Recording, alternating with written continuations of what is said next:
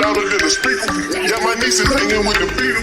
If you ever found a better keeper, 37 cameras for the sneakers. Going out like Arthur Benny Siegel. Send a cop, I can't wait to mistreat him. Forcing your hoe, I can't wait to mislead him. And beat him.